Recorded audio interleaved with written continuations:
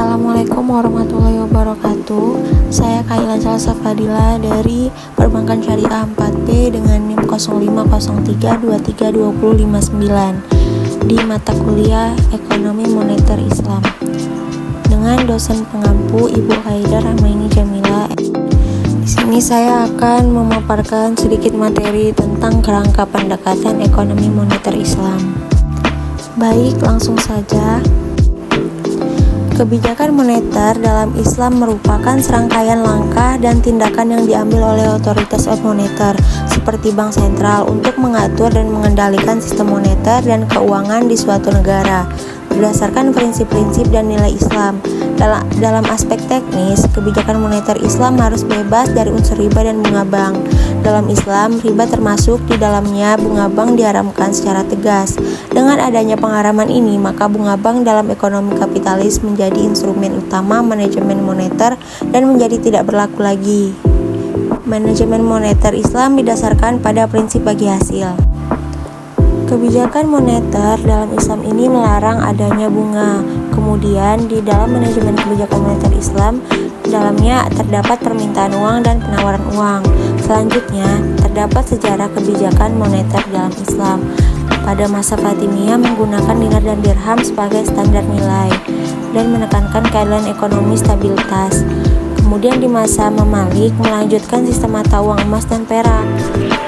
Dan kemudian di masa Safawiyah fokus pada perdagangan global dan pengelolaan kekayaan alam serta pengembangan industri. Kemudian prinsip-prinsip kebijakan moneter Islam yaitu kekuasaan tertinggi adalah milik Allah dan Allah lah pemilik yang absolut.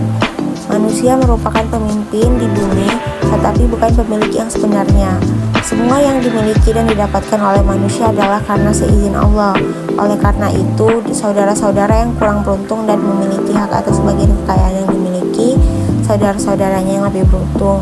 Kekayaan tidak boleh ditumpuk terus atau ditimbun. Kekayaan harus diputar. Menghilangkan jurang perbedaan antara individu dan perekonomian dapat menghapus konflik, menetapkan kewajiban bagi semua individu. Kemudian sasaran dan strategi kebijakan moneter Islam yaitu tenaga kerja penuh dan pertumbuhan ekonomi, keadilan sosioekonomi serta kemerataan penyaluran pendapatan dan kekayaan, dan stabilitas nilai uang yaitu berbasis sektor real, menolak spekulasi, mengatur jumlah uang beredar untuk mendukung pertumbuhan ekonomi, meningkatkan produktivitas barang dan jasa saat inflasi, dan tidak menahan peredaran uang karena bertentangan dengan syariat Islam. Kebijakan moneter pada masa Rasulullah berfokus pada pengelolaan keuangan yang cermat, efektif, dan efisien. Pemerintah Islam mengalokasikan dana untuk penyebaran Islam, pendidikan, pembangunan infrastruktur, dan kesejahteraan sosial yang berdampak pada pertumbuhan ekonomi melalui peningkatan permintaan dan penawaran agregat. Penerimaan negara berasal dari zakat, ghanimah, serta sumber pendapatan lain yang dikelola langsung oleh Rasulullah dengan pengawasan ketat. Pencatatan keuangan masih sederhana, namun sistem yang diterapkan memastikan keadilan dan transparansi. Macam-macam kebijakan moneter itu ada 3, yaitu aset pembawa bunga tidak akan tersedia dalam sebuah perekonomian Islam, lalu peluang investasi jangka pendek dan jangka panjang dengan berbagai tingkatan risiko. Terakhir, tidak ada memegang dana yang menyimpan uangnya secara pasif setelah kebutuhan transaksi dan dana darurat terpenuhi. Fungsi dan tujuan kebijakan moneter ialah menjaga stabilitas ekonomi, menjaga kestabilan harga, meningkatkan kesempatan kerja, memperbaiki neraca perdagangan dan neraca pembayaran melalui kebijakan moneter. Tujuannya untuk memperbaiki sistem perekonomian negara dengan memastikan stabilitas keuangan dan keseimbangan sektor real.